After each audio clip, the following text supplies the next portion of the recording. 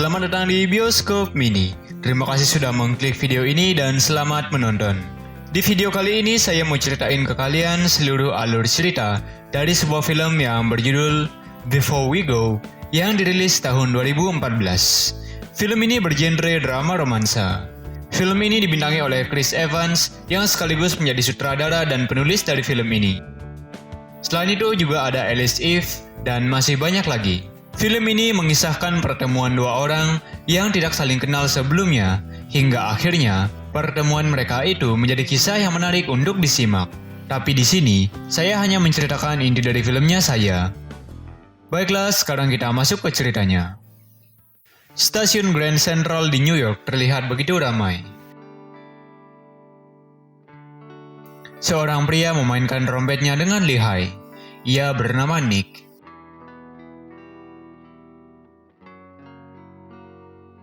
Seorang wanita terburu-buru mengejar keretanya yang mulai beranjak dari stasiun. Wanita itu menjatuhkan ponselnya yang menarik perhatian Nick. Sayangnya kereta itu tidak bisa berhenti. Nick kembali kepada wanita itu dan mengembalikan ponselnya. Si wanita tampak terburu-buru untuk pergi ke suatu tempat. Nick menerima pesan sebuah alamat di ponselnya dari temannya yang bernama Danny. Itu adalah alamat tempat resepsi pernikahan mantan pacar Nick yang bernama Hannah. Nick keluar dari stasiun dan kembali bertemu dengan si wanita. Nick tahu wanita itu dalam masalah.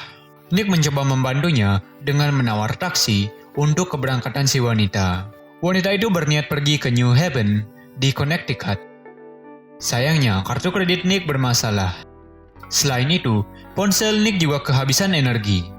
Kesialan memang datang di saat yang tidak tepat. Si wanita itu pergi begitu saja meninggalkan Nick, sampai akhirnya dia berpapasan dengan sekelompok orang mabuk. Nick pun datang menolongnya. Si wanita meminta maaf karena telah kasar pada Nick sebelumnya. Dompet si wanita telah dicuri di sebuah kafe. Nick menawarkan diri untuk membantu mencari dompetnya. Si wanita menerimanya. Mereka pun berkenalan. Si wanita bernama Brooke. Sampailah mereka di sebuah kafe yang dimaksud. Nick mulai bertanya pada bartender tentang orang yang mengambil dompet dan meminta tebusan. Bartender mencoba mencari tahu. Sambil menunggu, mereka bercerita alasan mereka ada di New York. Nick sebenarnya akan mengikuti sebuah audisi pemain trompet dengan band Duke Terry. Sementara Brooke berprofesi sebagai pakar seni dan dia datang ke New York untuk membeli sebuah lukisan. Bartender pun datang. Dia meminta mereka pergi ke suatu tempat. Bartender itu juga memberikan mereka alamatnya. Mereka pun pergi ke tempat yang dimaksud. Brooke sangat berterima kasih atas bantuan yang telah diberikan Nick. Singkat cerita, mereka akhirnya sampai di tempat yang dituju. Brooke mengatakan ciri-ciri dompetnya pada Nick. Nick masuk dan melarang Brooke menelpon polisi.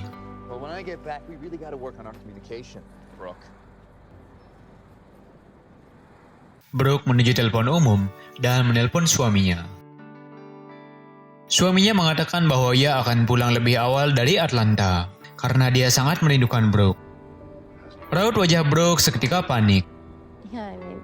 Di sisi lain, Nick mulai mencari tas yang dimaksud. Polisi datang, pria itu menghajar Nick, dan Nick keluar bersama Brooke dengan hidung yang cedera. Brooke tidak ingin mengacaukan malam Nick. Dia meminta Nick untuk tidak lanjut membantunya.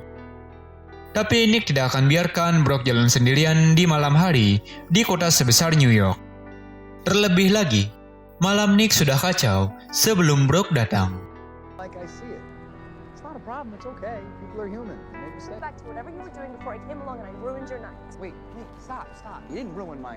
Malam itu, harga layanan mobil menuju Boston sebesar $447.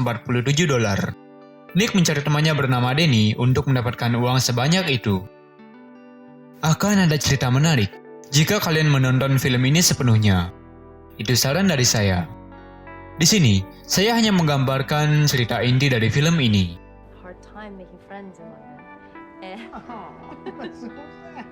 Mereka kini menuju ke alamat yang dikirimkan oleh Danny. Tapi sayang, Danny mengirimkan alamat yang salah. Sebenarnya di sana, mereka hampir mendapatkan $500 dari kesalahpahaman sebagai band yang dipesan pemilik acara. Seandainya, Nick dan Brooke tidak ketahuan pemilik acara dan band yang aslinya.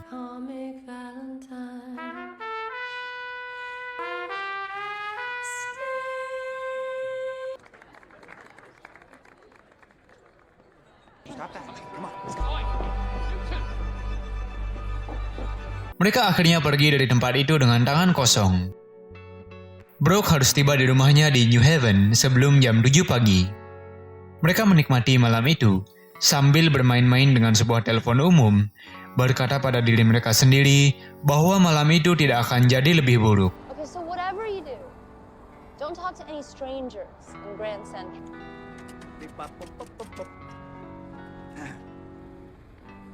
Okay. Bye. That's it. Nick mendapatkan ide baru. Dia menyarankan Brooke untuk naik bus saja karena harganya lebih murah, yaitu $80. Tapi itu tidak berjalan sesuai harapan. Brooke lalu meminjam telepon ke seorang pak tua. Brooke menelpon temannya bernama Pam. Dia meminta Pam mengambil sebuah surat di kamar Brooke dan menyimpannya dengan baik.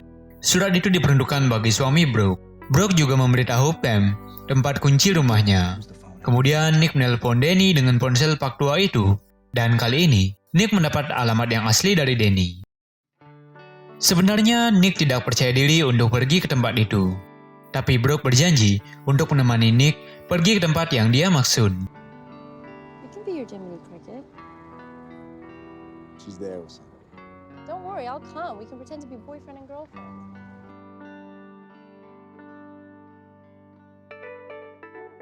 Singkat saja, mereka pun sampai. Dan benar, itu adalah tempat yang benar. Tempat resepsi pernikahan Hannah. I'm Brooke. I'm Danny. Thank you for your help, Danny. My pleasure. Nick diberi kunci kamarnya oleh Danny untuk sekedar istirahat. Dan Nick akhirnya bertemu dengan Hannah.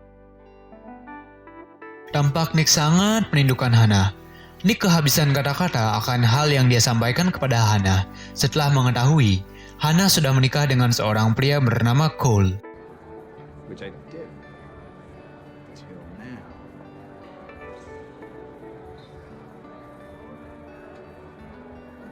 He's auditioning for Duke Terry tomorrow. Nick, I was in DC and Luke was like this shit. And he did. This is Brooke. Hey, Hey, look, good to meet you. And this is Nick. Nick. Hi. Nick dan Brooke lalu beranjak dari sana. It's really nice to meet you. Nice to meet you too. Pleasure. Okay. Bye, Cole. Nick menceritakan pada Brooke tentang hubungannya dengan Hannah. Saat itu, Nick dan Hannah masih sepasang kekasih. Sampai saat Hannah mendapat tawaran pekerjaan di Philadelphia, Nick membeli sebuah cincin pertunangan untuk Hannah. Tapi sayangnya, Nick hanya bisa menyembunyikan cincin itu ketika Hannah berkata bahwa itu adalah waktu yang tepat untuk mereka berpisah. Nick tidak bisa menahannya. Nick merelakan Hannah pergi sambil menangis dalam hatinya. Brooke bersimpati pada Nick.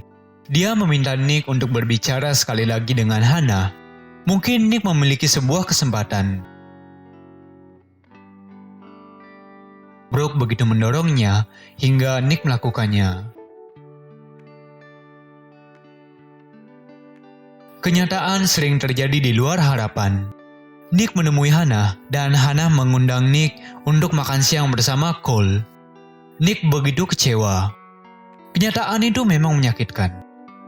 Hannah hamil dan Nick tak mungkin berjuang lebih jauh lagi. Tapi Nick lebih lega karena kini dia tahu dia tidak harus berjuang untuk Hannah. Brooke meminta maaf pada Nick. Dia hanya mencoba untuk membantu Nick. Brooke mengajak Nick menikmati sisa malam mereka. Mereka pergi pada seorang peramal bernama Harry. Mereka hanya menikmati itu tanpa berpikir apa ramalan Harry tepat atau tidak. Thought it made the customers more comfortable if they saw me. Okay, I'm seeing a trumpet.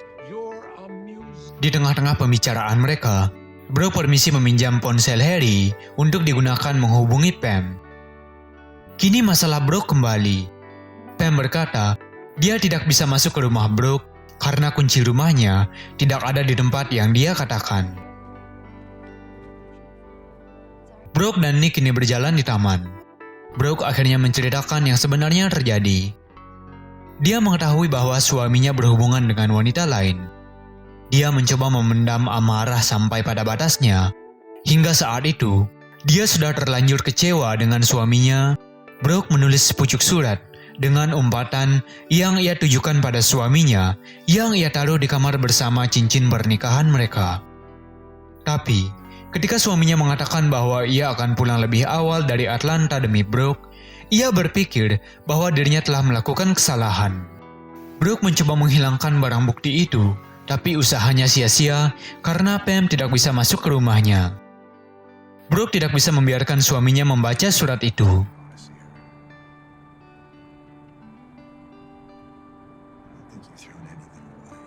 I did. I could have talked to him or forgiven him or worked it out. Brooke dan Nick kini minum bersama di sebuah kafe.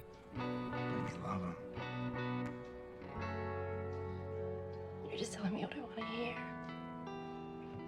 Sampai akhirnya, Brooke permisi untuk ke toilet. Tapi ternyata, Brooke mencari taksi untuk lari dari masalahnya. Nick menghalanginya.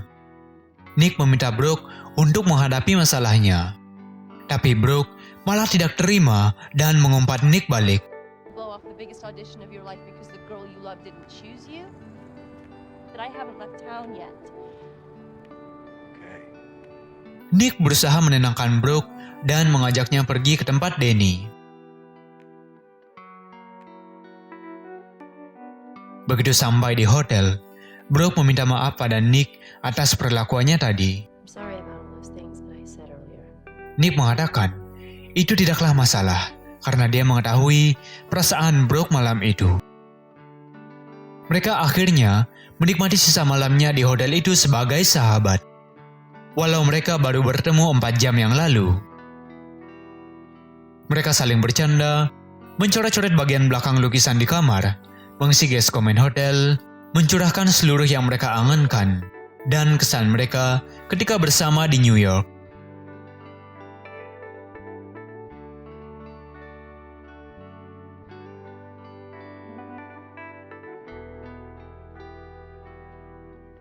Pagi akhirnya tiba.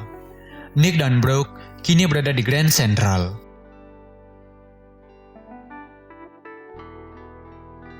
Mereka tahu bahwa kini mereka akan berpisah dan mungkin tidak akan bertemu.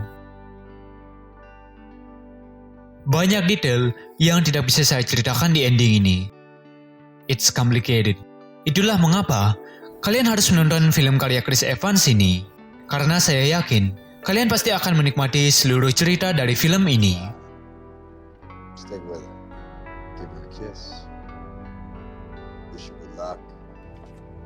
Nick, don't pay your credit card bill that month. Mereka akhirnya saling mengucapkan selamat tinggal dengan meneteskan air mata. Mereka masing-masing beranjak.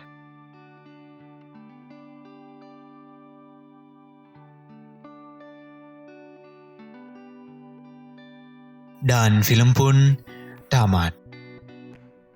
Terima kasih sudah menonton video ini sampai selesai teman-teman.